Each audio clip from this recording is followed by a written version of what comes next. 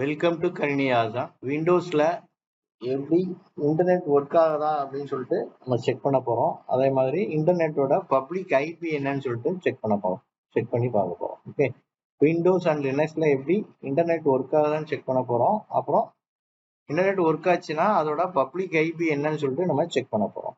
Okay, so அதை எப்படின்னு பார்க்கலாம். இப்போ ஃபர்ஸ்ட் ஒரு 4 லினக்ஸ் மிஷின் எடுத்திருக்கேன்.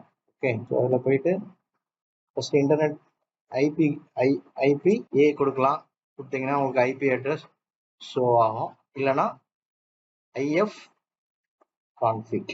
ஃபர்ஸ்ட் நான் லினக்ஸ் டெர்மினல் எடுத்திருக்கேன். ஓகே,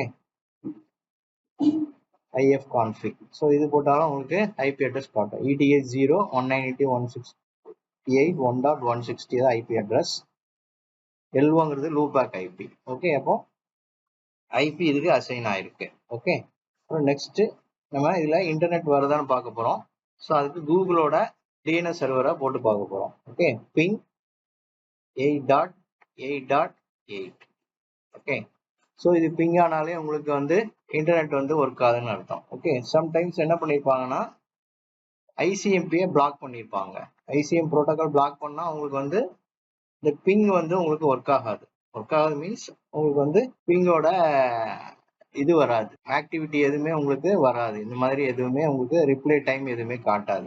ஓகே, ஸோ அப்போ நமக்கு இன்டர்நெட் ஒர்க் ஆகணும்னு அர்த்தம் இல்லை. ஐசிஎம்பி ப்ரோட்டோகாலை மட்டும் அவங்க வந்து பிளாக் பண்ணியிருப்பாங்க. அதனால அது வந்து பிங் கமாண்ட் வந்து ஒர்க் ஆகாது.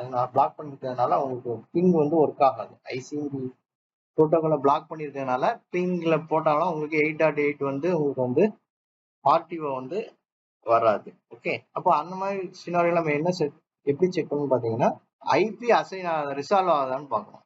அது நம்ம கூகுள் வெப்சைட் எடுத்துக்கலாம். Ping google.com. ஓகே, ஸோ இப்படி கொடுத்தோடனே பார்த்தீங்கன்னா உங்களுக்கு வந்து இப்போ இது வந்து எதுல வருதுன்னு பார்த்தீங்கன்னா உங்களுக்கு வந்து ஐபி வெர்ஷன் 6ல வருது. ஸோ இந்த மாதிரி உங்களுக்கு அந்த இதுக்கு வந்து ஒரு ஐபி வந்து ரிசால்வ் ஆயிடுச்சுனாலே உங்களுக்கு வந்து இன்டர்நெட் ஒர்க் ஆகுதுன்னு அர்த்தம். ஸோ அப்போ ஐசிஎம்பி ப்ரோட்டோகால் பிளாக் ஆயிருந்தா கூட நம்ம இந்த மெத்தட்ல நம்ம செக் பண்ணிடலாம். ஸோ google.com போட்டால் உங்களுக்கு வந்து ஐபி வந்து ரிசால்வ் ஆகுதுன்னா அப்போ இதில் இன்டர்நெட் ஒர்க் ஆகுதுன்னு அர்த்தம். ஓகே, இப்போ அதே மாதிரி இப்போ நம்ம யூஸ் பண்ற அந்த இன்டர்நெட்டோட public IP what is my public IP நம்ம எப்படி செக் பண்ணுவோம்? வாட் இஸ் மை ஐபின்னு கூகுளில் போட்டு நீங்க செக் பண்ணலாம். ஃபார் எக்ஸாம்பிள் நான் இப்போ விண்டோஸ்ல கனெக்ட் பண்ணியிருக்கேன். ஸோ இதில் போயிட்டு நீங்க வாட் இஸ் மை ஐபி அப்படின்னு கொடுத்தீங்கன்னா ப்ரௌசர்ல போயிட்டு கொடுத்தீங்கனாலே உங்களுக்கு ஃபர்ஸ்ட்ல லிஸ்ட் அவுட் ஆகும். அதை நீங்க கிளிக் பண்ணாலே போதும் உங்களுக்கு. ஸோ இதுதான் வந்து நம்மளோட பப்ளிக் ஐபி, ஐஎஸ்பி கொடுக்குற பப்ளிக் ஐபி. இது வழியாக தான் நம்ம இன்டர்நெட் வந்து கனெக்ட் ஆகுது. ஐஎஸ்பியோட பப்ளிக் ஐபி வந்து இதாகும். ஸோ இதே இது நம்ம சர்வர்ல பார்க்கணும்னா என்ன பண்ண போறோம்? லினக்ஸ் சர்வர்ல அதுக்கு ஒரு கமாண்ட் இருக்கு. ஸோ என்ன பப்ளிக் ஐபி செக் பண்றதுக்கு curl if config.me கொடுத்தீங்கன்னா உங்களுக்கு என்ன ஐபிங்கிறது உங்களுக்கு டிஸ்பிளே ஆகும். ஸோ இதில் பார்த்தீங்கன்னா என்ன ஐபி வருது பார்த்தீங்கன்னா 49.37.209. இதான் அந்த பப்ளிக் ஐபி தான் உங்களுக்கு வந்து ஐஎஸ்பியில் வந்து உங்களுக்கு சேஞ்ச் ஆகிட்டே இருக்கும். ஸோ நம்ம என்ன ஐஎஸ்பியில் இருக்காங்க பப்ளிக் ஐபி இதை பார்த்தா நமக்கு தெரியும். ஓகே, ஸோ இது வந்து நம்ம லினக்ஸ்ல செக் பண்ணோம். அதே மாதிரி விண்டோஸ்ல செக் பண்ணோம்னா நம்ம என்ன பண்ண போறோம்னா 2 மெத்தட்ல செக் பண்ணலாம்.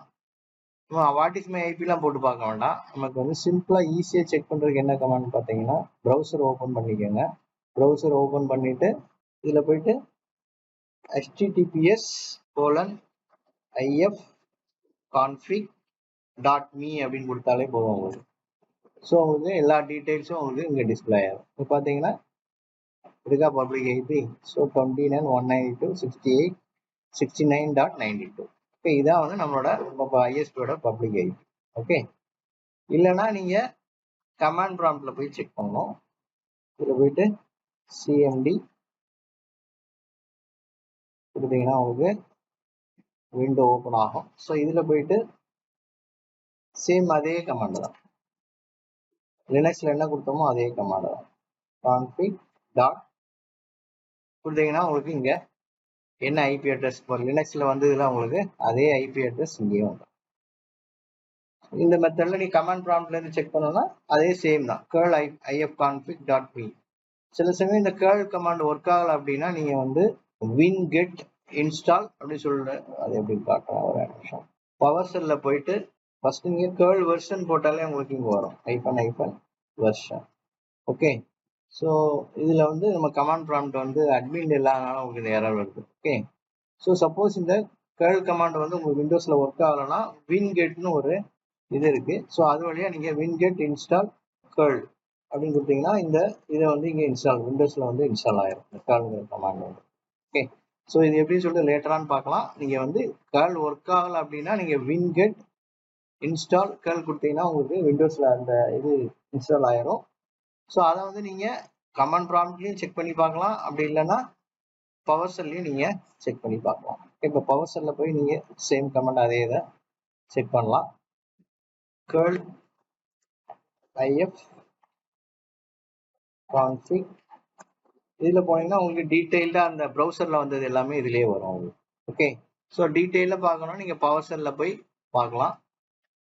கமாண்ட் ப்ராம்ப்ட்ல போனீங்கன்னா உங்களுக்கு டைரக்டா அந்த ஐபி என்னன்னு சொல்லிட்டு உங்களுக்கு ஈஸியா உங்களுக்கு ஐடென்டிஃபை ஆகும்.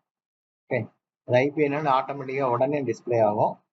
இதுலனா உங்களுக்கு வந்து கொஞ்சம் என்ன ஆகும், ஃபுல்லாக டீட்டெயிலாக வரும். ஸோ நீங்கள் வந்து செக் பண்ணுறது கொஞ்சம் கன்ஃபியூஸாக இருக்கும் உங்களுக்கு. ஸோ அதனால நீங்கள் கமாண்ட் ப்ராம்ப்ட்ல போயிட்டு ifconfig.meன்னு கொடுத்தாலே உங்களுக்கு ஐபி என்னங்கிறது ஈஸியாக டிஸ்பிளே ஆயிடும். சப்போஸ் இந்த ஐபி வரல அப்படின்னா நமக்கு இன்டர்நெட் கனெக்டிவிட்டி என்ன ஐபியில் இருக்கோ நம்ம இதில் செக் பண்ணி பார்த்துக்கலாம். இதில் ஐபி வரலன்னா இப்போ இன்டர்நெட் வந்து நமக்கு ஐபி அசைன் ஆகலைன்னா அப்போ இன்டர்நெட் ஏதோ ப்ராப்ளம் இருக்குன்னு அர்த்தம். அதே மாதிரி லினக்ஸ்லேயும் அதே லினக்ஸில் செக் பண்ண மாதிரி தான் இதுலேயும் போயிட்டு நீங்கள் பிங் கமாண்ட் தான் 8.8.8 கொடுத்தோன்னா உங்களுக்கு வந்து ரிப்ளை வருது. இது ரிப்ளை வரலன்னா உங்களுக்கு என்ன இன்டர்நெட் ஒர்க் ஆகலன்னு அர்த்தம். அதே சமயம் உங்களுக்கு ஐசிஎம்பி பிளாக் பண்ணாலும் வராது. ஸோ அப்போ வந்து உங்களுக்கு வந்து நம்ம என்ன எப்படி நம்ம வந்து அதை ஃபைண்ட் அவுட் பண்ணோம்னா பிங் லினக்ஸ்ல கொடுத்தோம்னா அதே தான் google.com கொடுத்தீங்கன்னா உங்களுக்கு ஐபி ரிசால்வ் ஆகும். ஓகே, இங்க நான் ஐசிஎம்பி பிளாக் கொடுத்தாலுமே உங்களுக்கு இந்த ஐபி வந்து உங்களுக்கு வருது பார்த்தீங்களா. இப்போ ஐசிஎம்பி 142.250.183.46 இதான் வந்து இந்த கூகுளோட ஐபியோட கூகுள் அந்த வெப்சைட்டோட ஐபியை வந்து அசைன் பண்ணிருக்கு. ஸோ அப்போ நம்ம கொடுக்குற வெப்சைட்டுக்கு ஐபி ரிசால்வ் ஆகுதான்னு பார்க்கணும். ஸோ அப்போ ஐபி ரிசால்வ் ஆனாலே உங்களுக்கு என்ன ஆகும், இன்டர்நெட் ஒர்க் ஆகுதுன்னு அர்த்தம்.